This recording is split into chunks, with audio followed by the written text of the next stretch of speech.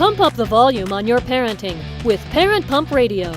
Tune into something different that makes a difference. At Parent Pump Radio, instead of a ripple, we choose to create a splash.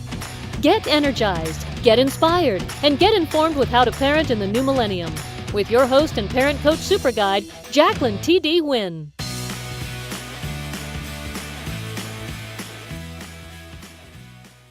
This is Jacqueline T.D. Wynn. Welcome to Parent Pump Radio.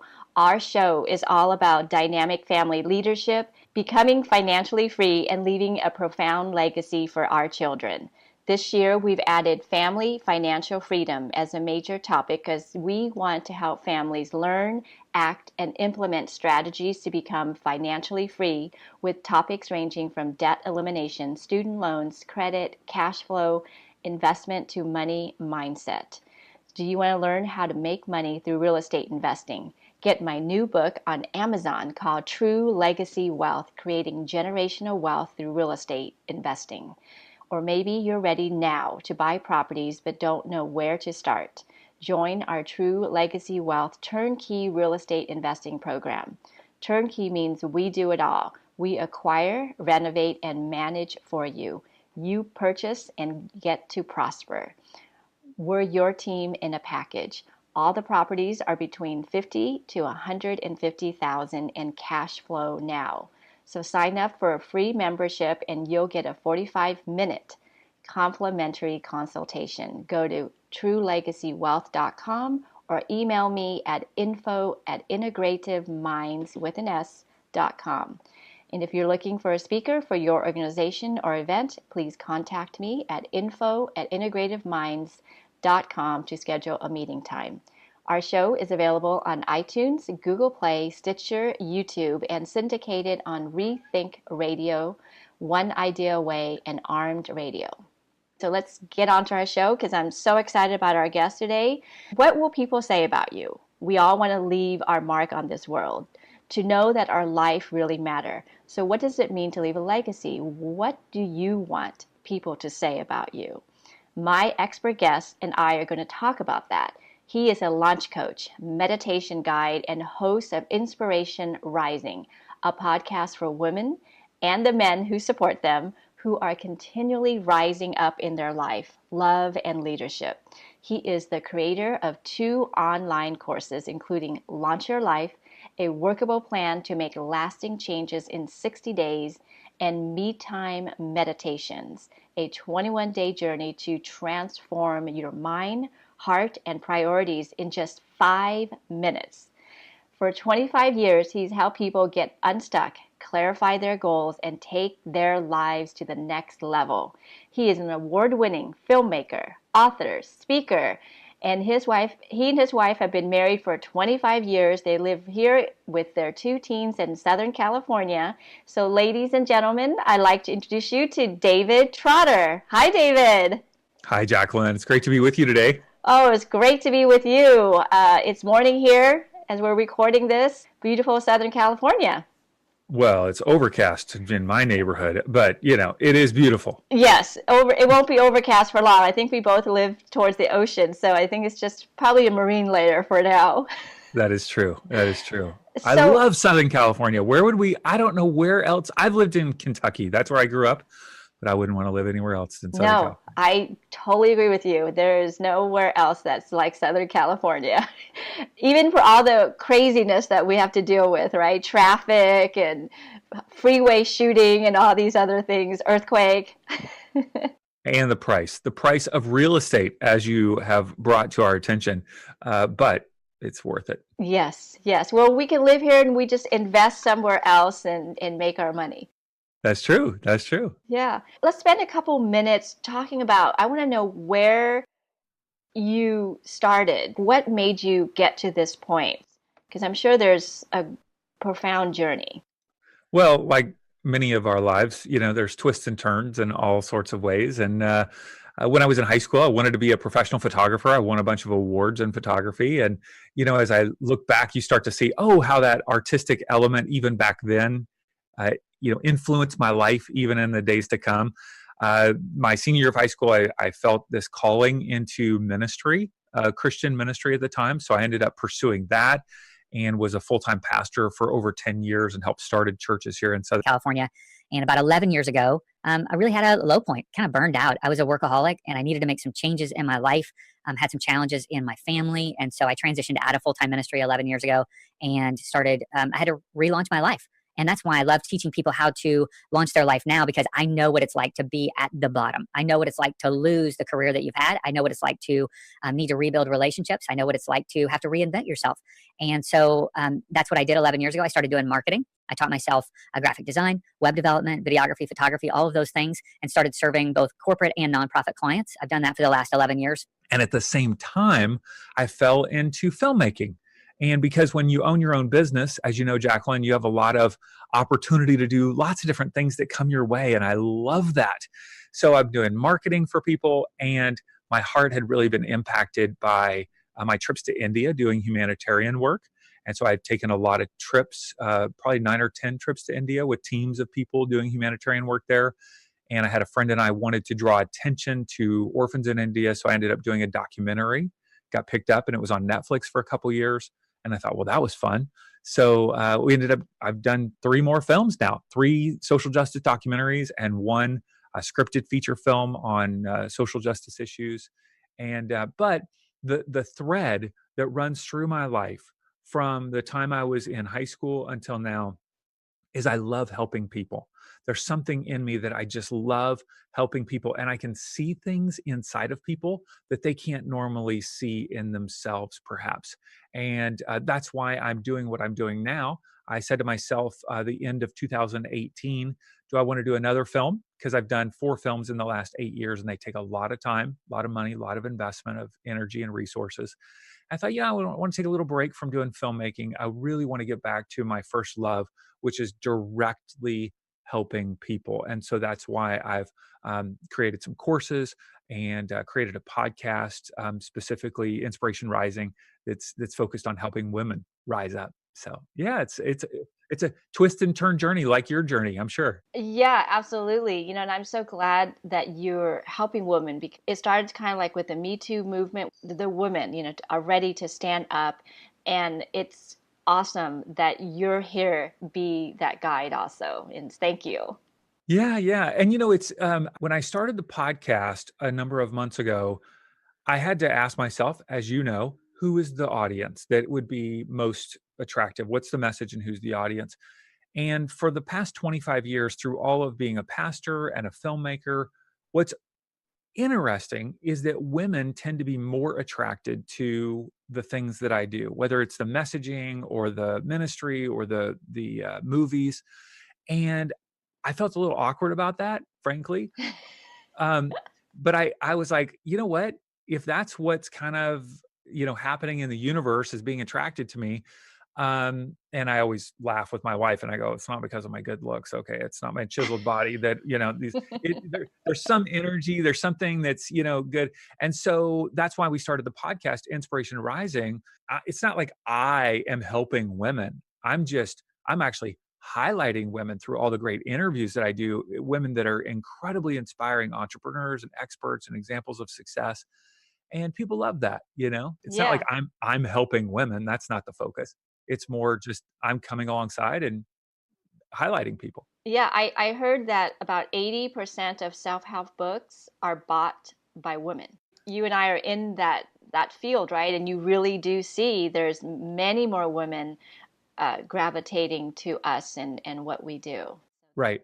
And that was the same thing in the church world. It's a much more female driven than men. And ironically, it's a male led, institutions primarily. Absolutely. So let's get on to our interview. What will people say about you?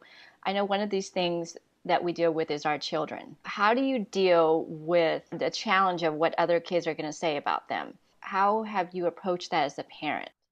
Yeah. Well, my kids right now are 19 and 16. And so we've gone through lots of that, especially in elementary school, middle school, high school. These people are saying, right, Yeah. this person said this about me. I heard so and so say this.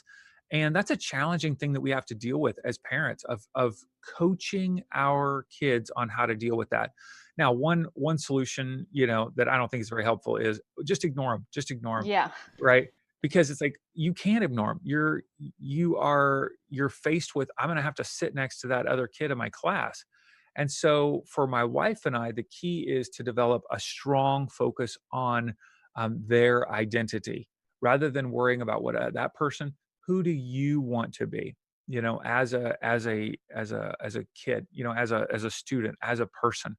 And so that's number one, helping them reinforce their identity, and that their identity is not based on the clothes that they wear, the music that they listen to, the car that we drive as a family, or where they live.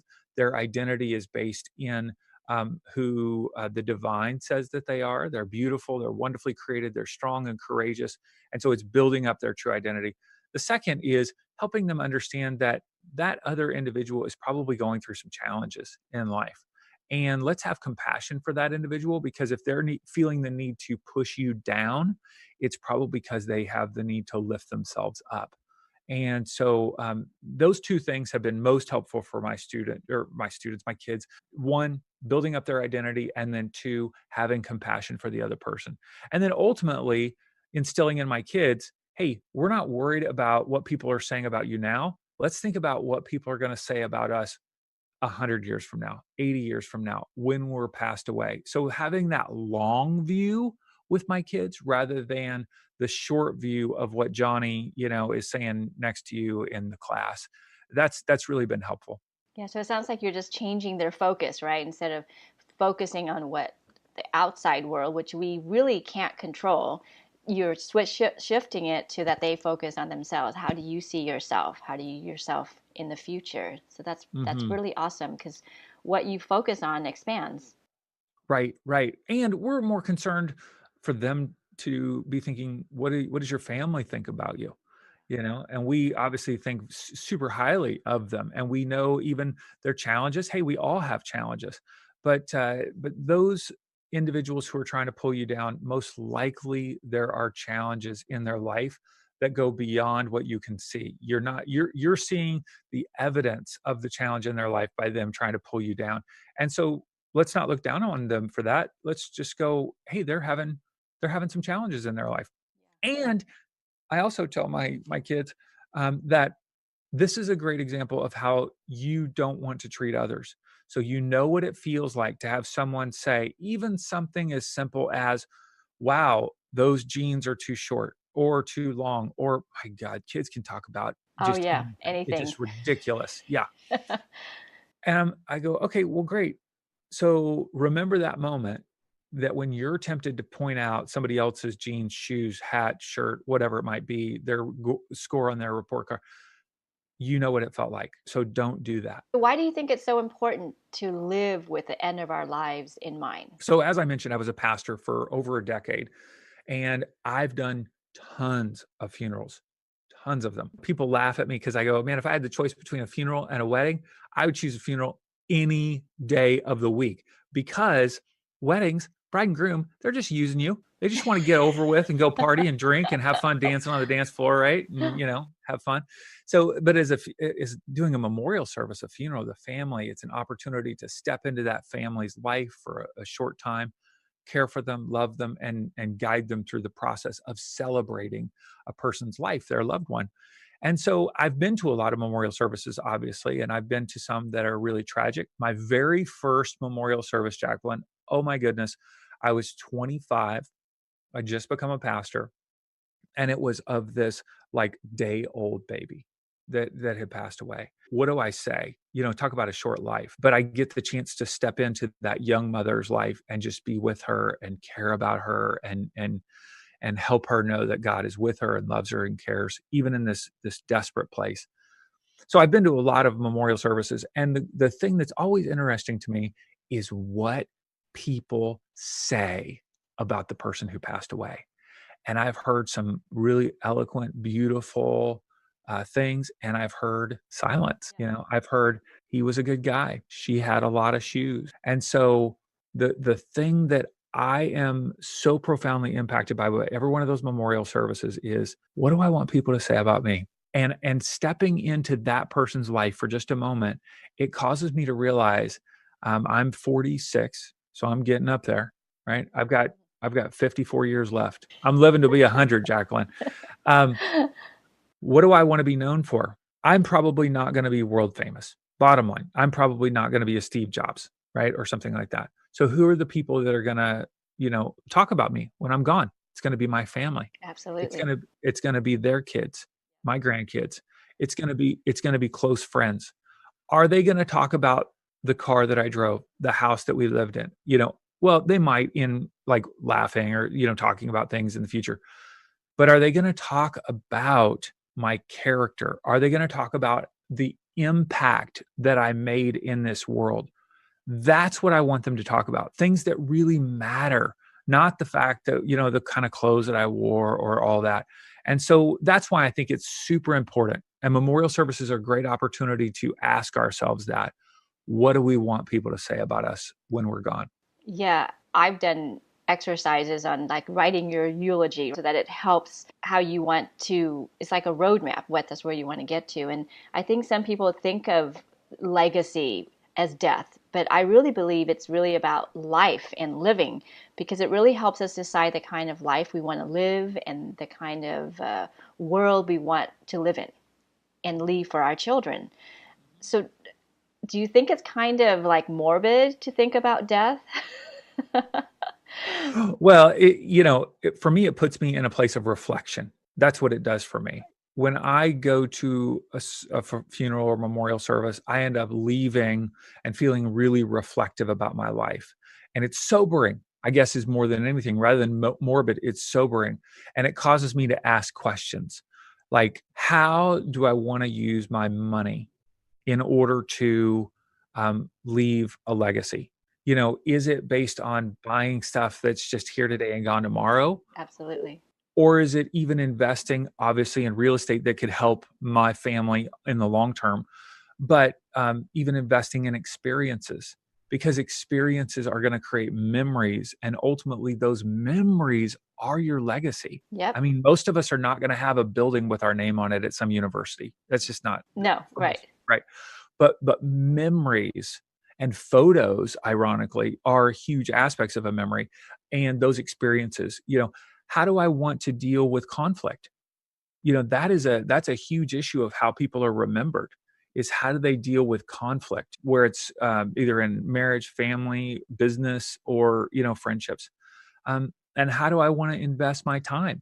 Think about all the time that we have a short amount of time. You have no more time than I do. Television and social media, I love both, but boy, they can be a time suck, just pulling us in.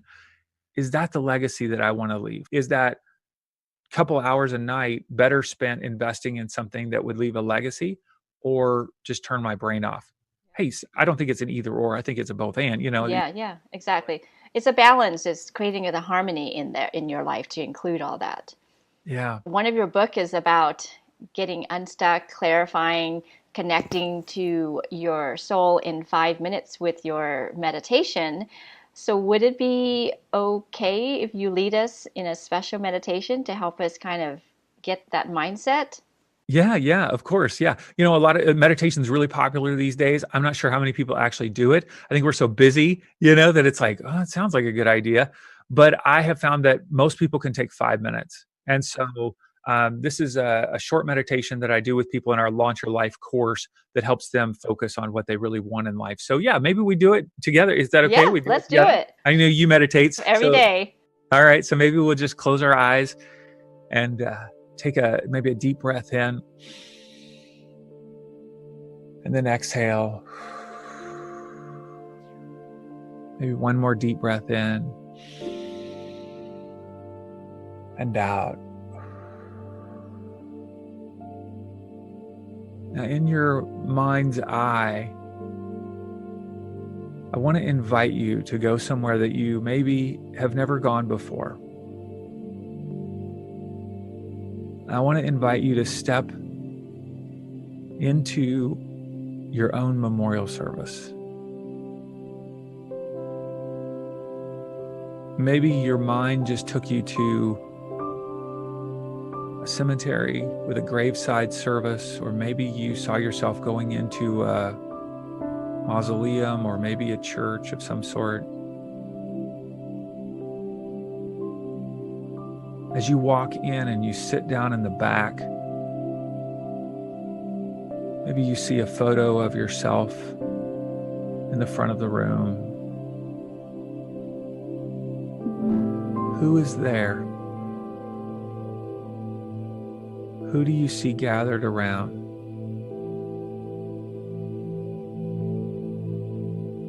Your family? Some close friends. They look a little bit older. As you see them gathered, there comes a time for people to stand and say something about you. What do you overhear?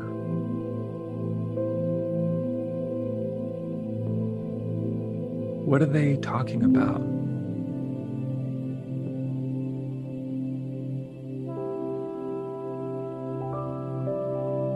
What is the legacy that they are being reminded of in that moment?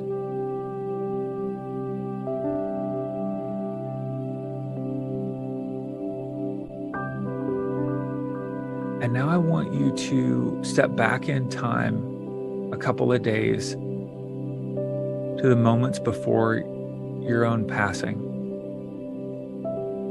Maybe you're laying in a bed in a hospital room, or perhaps even in your own home. Who are the people that are gathered around you?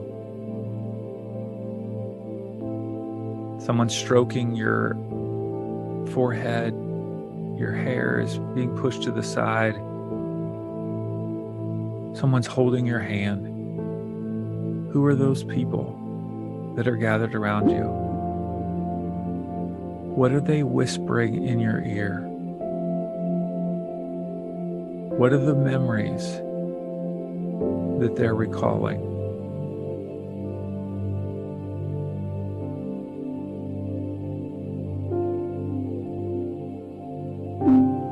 And now I want you to step back in time to the previous weeks and months before your passing. The last 6 months and 12 months of your life. How are you spending your days? How are you spending your time and money and resources in the last 6 to 12 months of your life?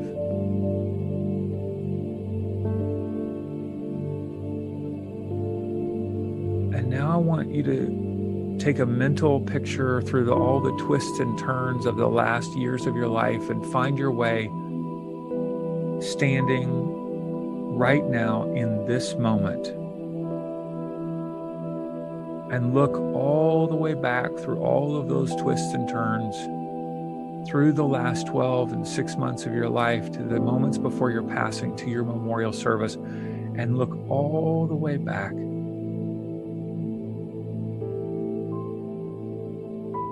And see the legacy that you have the opportunity to leave. How will you spend your days? How will you invest your resources? And what will people say about you?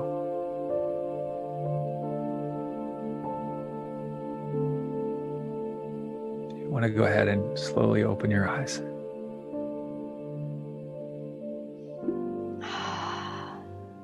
That's nice. Yeah, and ultimately everyone sees something different. Yeah, and the question that I ask people is, did you like what you saw? If you did, great. Keep heading in that trajectory. If you didn't like what your mind brought to your attention, you have plenty of time to reorient the direction of your life in order to create the legacy that you want to lead. Absolutely.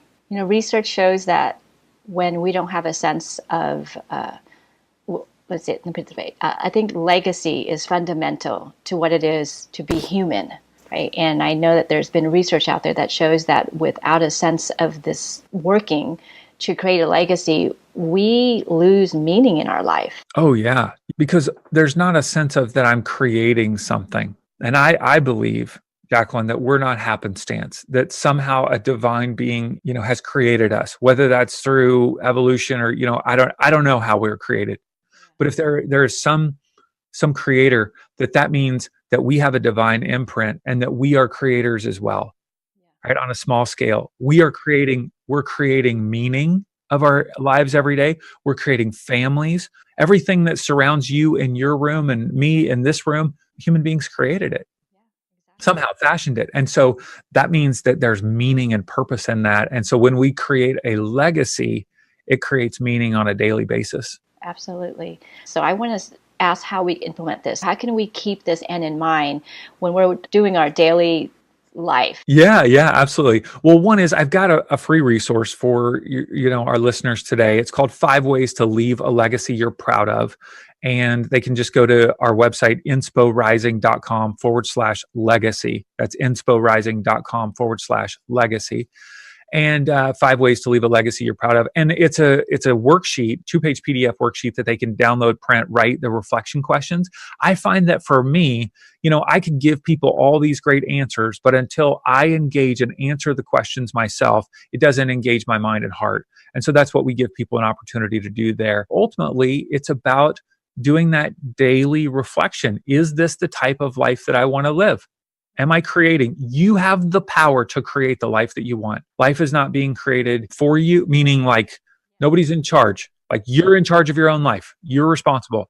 And that's beautiful. And so you can create the life that you want, leave the legacy that you want. Now, Inspo Rising is spelled INSP, like Paul, ORISING.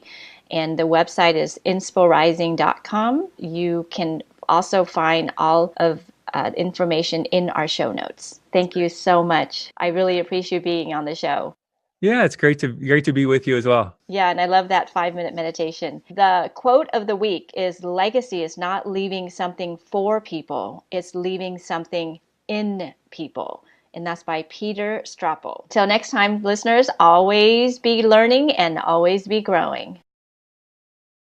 Thank you so much for joining us today. Go to parentpumpradio.com and click on the pink box on the top of our homepage to listen to our new and archived shows. To be instantly notified of new episodes, subscribe to our RSS feed. The RSS feed button is located at the top of the page where all our shows are featured. And after listening to the show, go to parentpumpradio.com or our Facebook page to leave your comments, questions, and topic suggestions. And while you're at our website, sign up to receive a free gift. Until next time, have a wonderful week.